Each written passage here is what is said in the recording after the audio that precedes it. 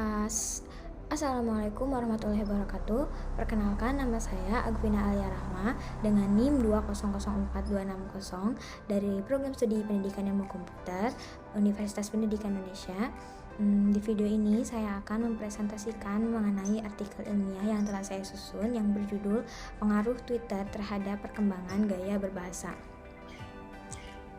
Komponen-komponen yang akan saya sampaikan dalam video ini, yang pertama ada pendahuluan, kemudian ada metode penelitian, setelahnya ada hasil dan pembahasan, dan yang terakhir ada kesimpulan.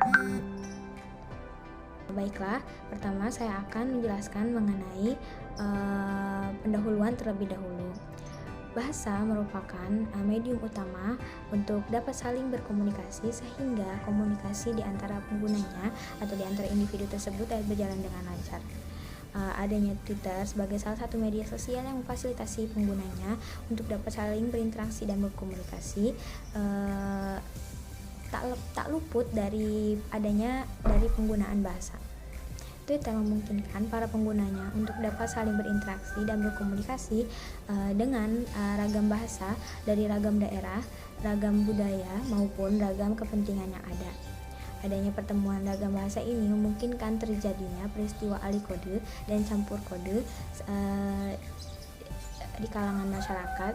Kemudian hal ini dibuktikan dengan munculnya kembali fenomena bahasa Keminggris atau tutur Keminggris yang saat ini lebih dikenal sebagai bahasa anak Jaksel.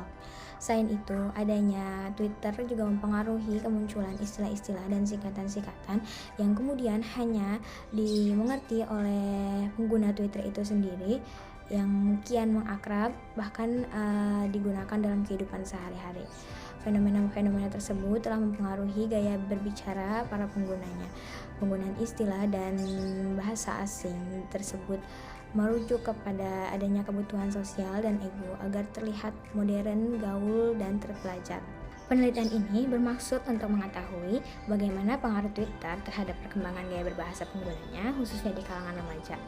Oleh karena itu, penelitian ini antara lain bertujuan untuk mengetahui bagaimana proses alih kode dan campur kode hingga bentuk Keminggris, mengetahui bagaimana istilah dan singkatan di Twitter menjadi familiar di kalangan pengguna Twitter, dan mengetahui apa pengaruh dari munculnya tutur Keminggris, istilah-istilah dan singkatan-singkatan tersebut terhadap situasi kebahasaan di Indonesia.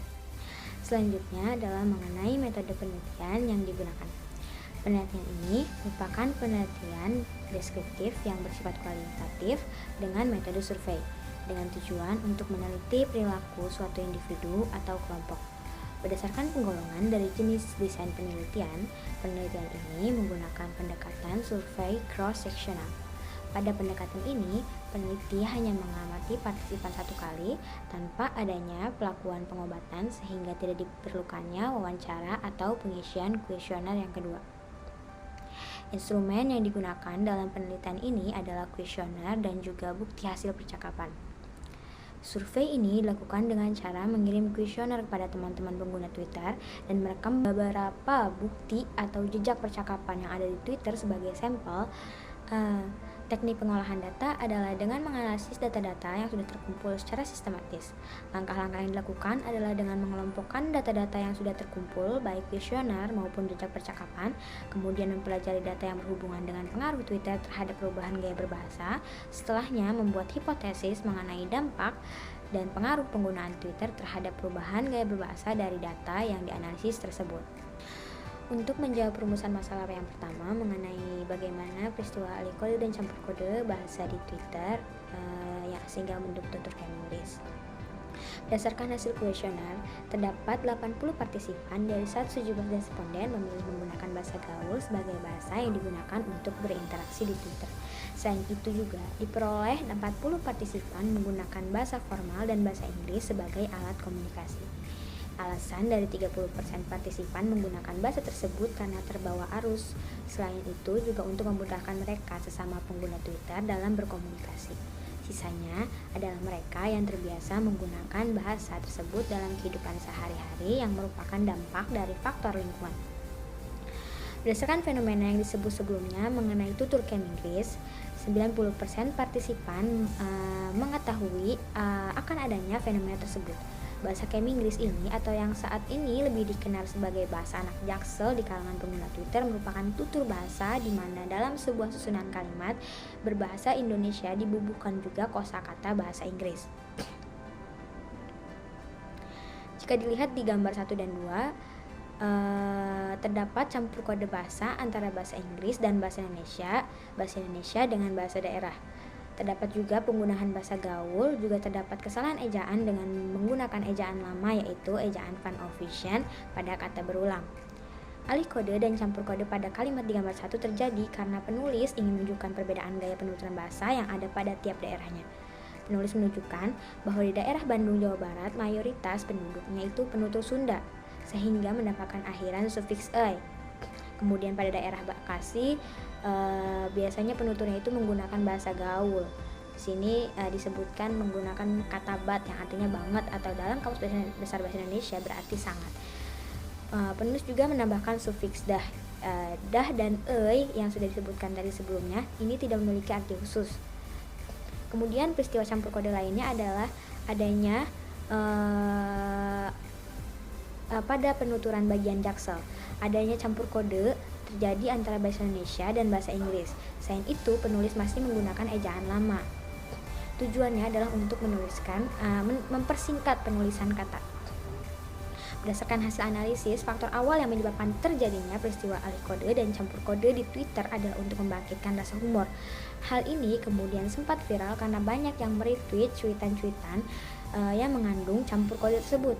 Belum lagi para influencer juga yang mengikuti tren anak Jaksel ini, sehingga tulisannya kemudian menjadi tersebar luas dan mudah ditemukan oleh masyarakat.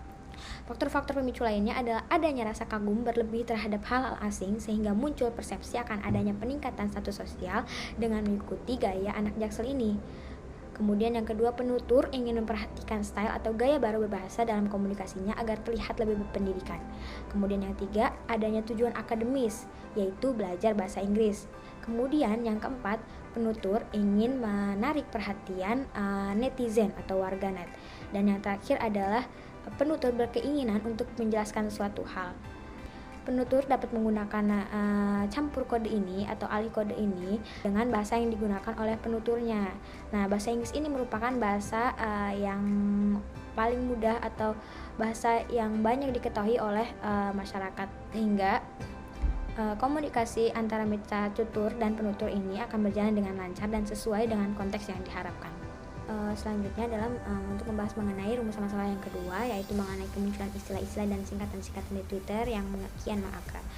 Menurut data yang peneliti peroleh, hanya diperoleh 35% partisipan yang memang memahami betul komponen yang terdapat di Twitter itu sendiri. Keberadaan istilah-istilah ini kemudian terus bertambah seiring munculnya singkatan-singkatan yang hanya familiar di telinga pengguna aktif saja. Hal ini dikarenakan para pengguna aktif biasanya melakukan interaksi antara sesama pengguna aktif lainnya di Twitter. Hal ini kemudian mendukung pernyataan Ade Firman, yaitu mengenai adanya istilah-istilah dalam bahasa gaul itu bertujuan untuk menyembunyikan isi obrolan dalam populasi tertentu. Namun seiring tanpa kita sadari, kita telah menggunakannya di luar komunikasi tersebut, sehingga lama-kelamaan istilah-istilah tersebut menjadi bahasa sehari-hari yang kita gunakan. Jika dilihat di gambar 3, yang cuitan yang diunggah oleh pemilik akun Canai ini, diketahui bahwa pengguna ini menggunakan bahasa Inggris yang kemudian disingkat untuk meringkas penulisan menjadi CEMIU. CEMIU sendiri ini merupakan kepanjangan dari Correct Me If I Am Wrong. Tujuannya adalah untuk memberitahukan pada mitra bicaranya untuk mengoreksi jikalau menemukan kesalahan atau ketidaksesuaian dari pernyataan atau jawaban yang diberikan oleh pengunggah. Hal tersebut kemudian menjadi akrab di kalangan pengguna Twitter dikarenakan pengguna secara aktif mengadopsi kosakata tersebut kemudian menggunakannya karena dianggap lebih ringkas untuk ditulis. Keadaan ini juga terjadi pada semua istilah dan singkatan yang ada di Twitter. Penggunaan bahasa Inggris pada cuitan di atas juga terjadi karena adanya gejala alih kode seperti yang sudah peneliti jelaskan sebelumnya. Kebanyakan istilah dan singkatan tersebut kemudian muncul tanpa disengaja. Kemunculannya karena kan adanya keterbatasan atau limit fasilitas tweet yang hanya memperbolehkan penggunanya menulis cuitan yang berbatas yaitu 140 karakter saja. Sedangkan untuk menuliskan sebuah berita atau kejadian terkini, pengguna biasanya membutuhkan lebih dari batas maksimal yang ada. Sehingga akhirnya muncul gagasan untuk meringkas atau membuat singkatan sehingga akan menghemat penggunaan karakter. Selanjutnya, peneliti akan menganalisis hasil penelitian untuk menjawab rumusan masalah yang terakhir, yaitu implikasi dari peristiwa ahli kode dan campur kode hingga membentuk tutur Cambridge dan keberadaan istilah-istilah serta singkatan-singkatan tersebut dalam situasi kebahasaan Indonesia. Berdasarkan hasil analisis, keberadaan bahasa campur-campur itu dianggap wajar, tergantung bagaimana individu tersebut menyikapinya. Individu yang bijak akan mampu menyaring informasi-informasi yang akan diserap otak sehingga ia akan menganggap hal tersebut sebagai nilai tambah. Hal ini dikarenakan otak kita hanya akan menyerap hal-hal positif dan menyaring hal-hal negatif. Sebagian lainnya berpendapat bahwa semenjak memiliki akun Twitter dan aktif dalamnya, mereka mulai meninggalkan kebiasaan berbahasa yang baik karena adanya pengaruh dari adopsi bahasa gaul. Tetapi sebagian lainnya juga beranggapan dengan adanya penggunaan bahasa campur-campur tersebut telah menambah wawasan mereka mengenai kosakata. Ketika mereka tidak paham makna dari sebuah kata, mereka akan mencari maksud dan maknanya melalui kamus ataupun Google Translate. Berdasarkan hasil kuesioner, terhitung sebesar 35% responden tidak terpengaruh akan penggunaan bahasa di Twitter sendiri. Dan sisanya 35% lainnya terpengaruh tetapi hanya menggunakannya dalam kegiatan berkomunikasi di Twitter itu sendiri. Hal ini menunjukkan bahwa penggunaan Twitter dapat mempengaruhi gaya bicara penggunanya. Data lainnya menunjukkan bahwa 60% dari 117 responden adalah bahwa mereka itu bukan pengguna aktif, melainkan hanya sebagai pengamat. Hal itu bisa menjadi suatu alasan mengapa tidak semua pengguna memahami semua istilah dan singkatan yang ada di Twitter. Mereka yang memahami segala komponen di Twitter adalah pengguna aktif. Mereka suka berkomunikasi dan berinteraksi dengan pengguna lainnya. Akibat terjadinya komunikasi yang terus berlangsung ini, maka dibutuhkan pemahaman atau suatu istilah dan singkatan untuk memudahkan penutur dan minta tutur mencapai tujuan pembicaraan. Maka dari itu, berdasarkan hasil analisis dapat bahwa pengaruh dari penggunaan Twitter dalam kehidupan sehari-hari dapat membawa dampak baik maupun dampak buruk, tergantung bagaimana individu tersebut menyikapinya, khususnya dalam perkembangan gaya berbahasa. Apakah individu tersebut mudah terpengaruh dan suka mengikuti tren atau tidak. Kesimpulannya adalah Twitter merupakan salah satu media sosial yang banyak digunakan saat ini untuk berkomunikasi dan berinteraksi serta Twitter saat ini merupakan pusat informasi terkini. Twitter sama halnya dengan media sosial lainnya yang memiliki dampak positif dan dampak negatif tergantung pemakaian pada diri masing-masing. Adanya gejala, alih kode dan campur kode serta istilah dan singkatan yang menjadi akrab di kalangannya adalah tidak lain untuk memudahkan komunikasi antar sesama pengguna. Hasil penelitian ini menunjukkan bahwa dampak positif yang dirasakan sebagai pengguna Twitter itu banyak sekali ilmu-ilmu yang didapatkan, baik itu dari bidang akademik, non-akademik, serta bidang kebahasaan, khususnya bahasa asing. Sedangkan sisi negatif yang didapat yaitu kebiasaan buruk pengguna Twitter berkomunikasi menggunakan bahasa gaul, sehingga kebiasaan itu menular kepada pengguna lainnya. Adanya peristiwa atau gejala campur-campur ini, walaupun gejala tersebut dianggap wajar, kita tetap harus membatasinya agar tidak melunturkan identitas bahasa Indonesia sendiri.